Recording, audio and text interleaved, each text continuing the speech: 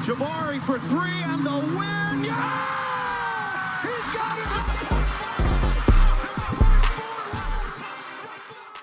it!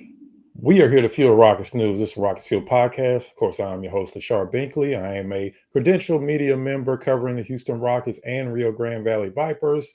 And you can always find my written work over at SB Nation or The Dream Shake. And of course, you can always find me on Twitter at Binkley Hoops. And on today's episode, we're going to be talking a little bit about the upcoming trade deadline that's fast approaching it. If I'm not mistaken, less than 2 weeks now, the trade deadline will be here. And we all know there's two things that the Houston Rockets absolutely need. It's shooting and it's a backup center. As good as Jeff Green has been this season, I don't think many people were expecting him to be playing 15, 20 minutes a game, sometimes even 30 minutes a game, because they also brought in Jock Landale, who was coming off a really good season for the Phoenix Suns. We were playing a lot in the playoffs over playing over Aiden for the Phoenix Suns in the playoffs.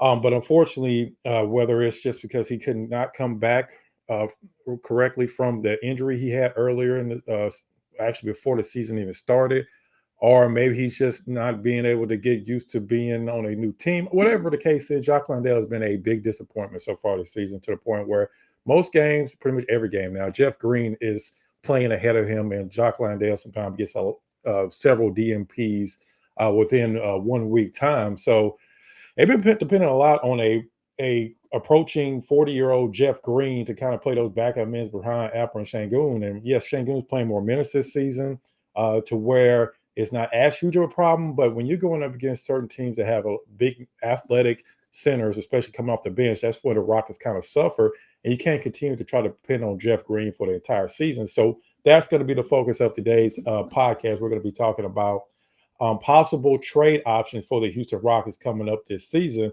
Because as we know, like I said, the Rockets, they have Alperen Sengun, but Alperen Sengun definitely needs some help in the backcourt.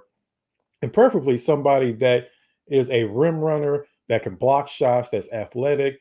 Doesn't necessarily have to be 7 feet, but that would definitely help, because for a lot of years, the Rockets haven't really had a lot of 7-footers. Some teams, they'll come with 2 or 3 7-footers off the bench. The Rockets rarely, if ever, have that type of size in their front court. So it would definitely be something on the positive side. They can bring in somebody around 6'10", 6'11", 7 feet. And the 3 names on today's list, for the most part, fit that criteria. And the first name I wanted to start with today is Clint Capella. As we know, Clint Capella played here for the Houston Rockets. He started his career here. He was drafted by Daryl Morey. He worked his way up. After Dwight Howard left, that's when he really took off, pairing with James Harden.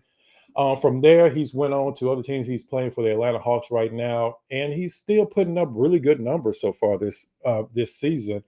Even though he is approaching 29 years old, he's about to hit 30 years old here pretty soon. He's still putting up over 11 points a game, still averaging double-digit rebound, and he's actually playing the less minutes he's played since the 2016-2017 season at under 26 minutes a game.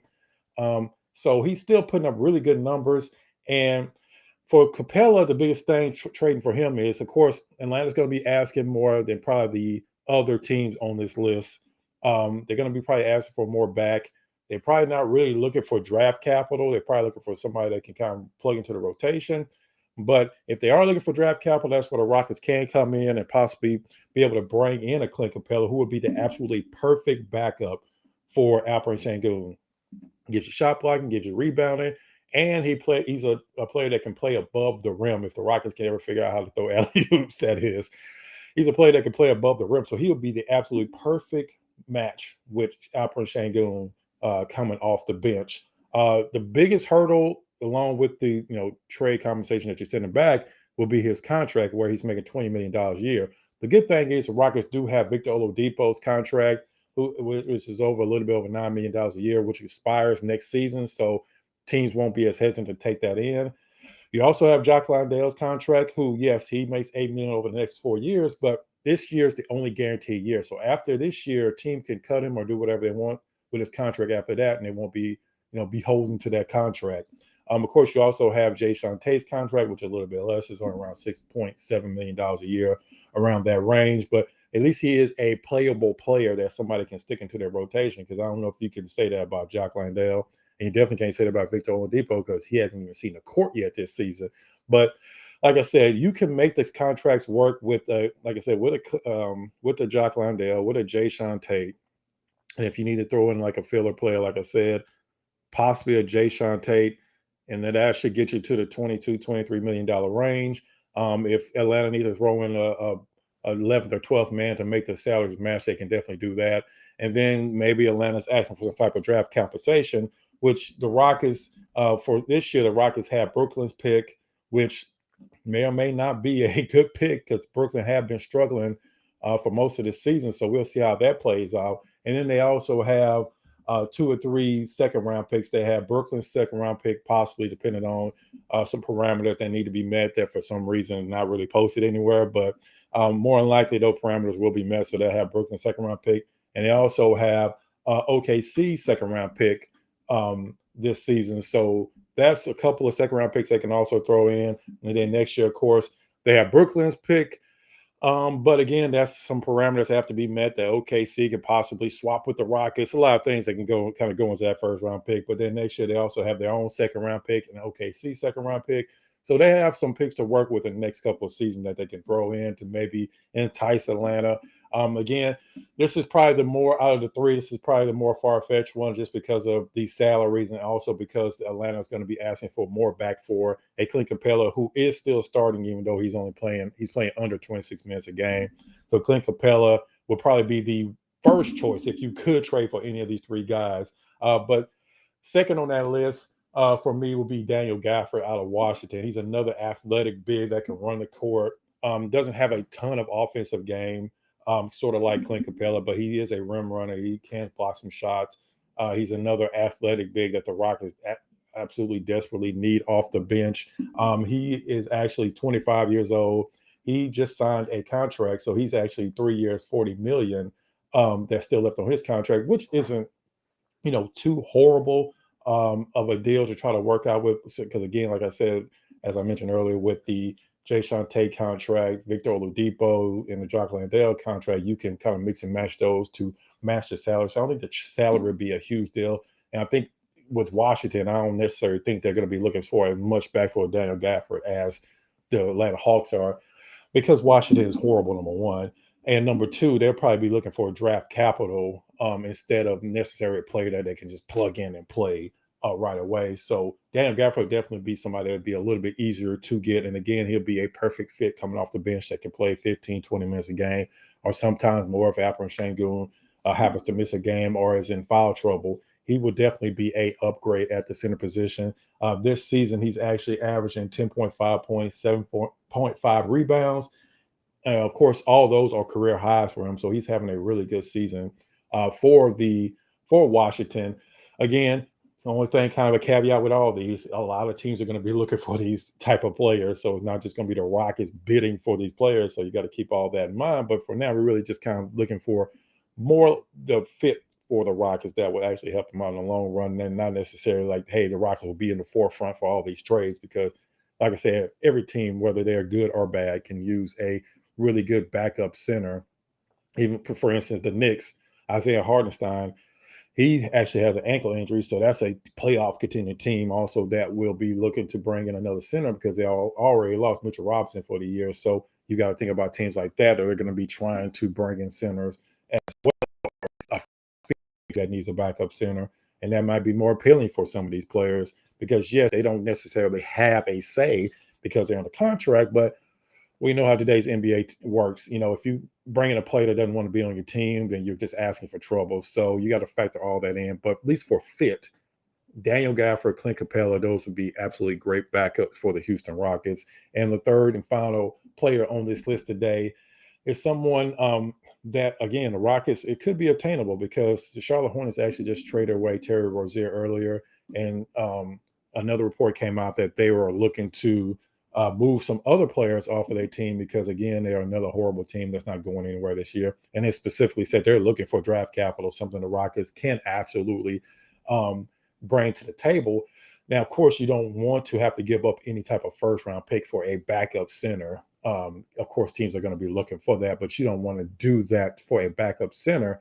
But at the end of the day, sometimes, especially if you're not a team that's at the top of the list of any of these players, sometimes you may have to make more of a sacrifice when it comes to the number one pick. But I would think that would be like a last resort type thing, something you want to save for a bigger trade if you ever do make one for a impact type of player or a star level player. But again, you do have those second round picks. You can flip a Jay Sean Tate, or if they're looking to save money, because again, Nick Richards is actually 3 years, 15 million. So he's only making like $5 million a year. So it isn't a huge contract. So you could trade this at Jay Sean Tate and the contracts would match up. He's averaging 8 points, 7 points, 7.6 rebounds, and playing 24 minutes a game. Again, all career highs for him because he's still a fairly young player. But again, another athletic guy that can play above the rim. I mean, if you go watch his highlights, he can pretty much dunk on anybody. Again, something the Rockets don't have. As much as Jeff Green's still dunking on people, that's not necessarily his game now. He's more of a kind of spread them out, take him off the dribble type center. Jock Landale's not giving you anything, so there's really no point going to what he can bring you.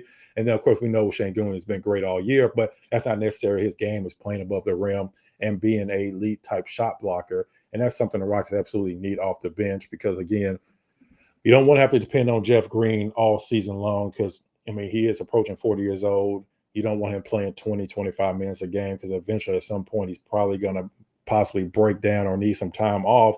So you definitely need a player like one of the three guys on this list.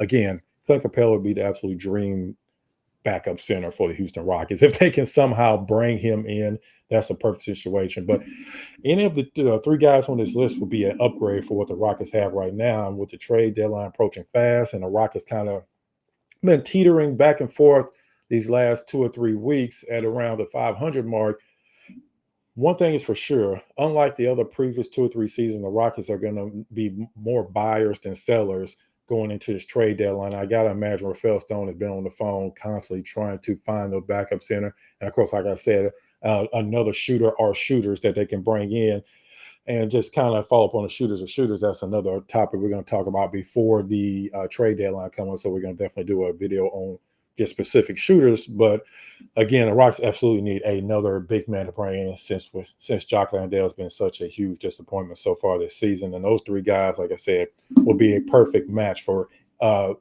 backup spot for the Houston Rockets. Again, the Rockets are coming off a loss to the Boston Celtics, which they actually played surprisingly well when even though they were missing again Tari Eason, but they were also missing Fred VanVleet. They were missing Jeff Green. So they actually played pretty well considering they only lost by 9 points and was kind of hovering around, keeping it pretty close for most of the game. Of course, Amin Thompson had a really good game. You saw a really good game as usual from Alperen Sengun. But the Rockets did fall in their last game. They have another game coming against Portland, and then they have a couple of games on the road before the huge game against the Los Angeles Lakers on Monday. That's the next game I will be out at. We will definitely have all the coverage from the Toyota Center, all the pregame, all the postgame. It will be up on the YouTube channel as usual. We appreciate all the support. Make sure you hit that like and subscribe button. That always helps us out. And also in the comment section, let us know, do you like any of these three players? Is there somebody else that you may like a Kelly Olynyk?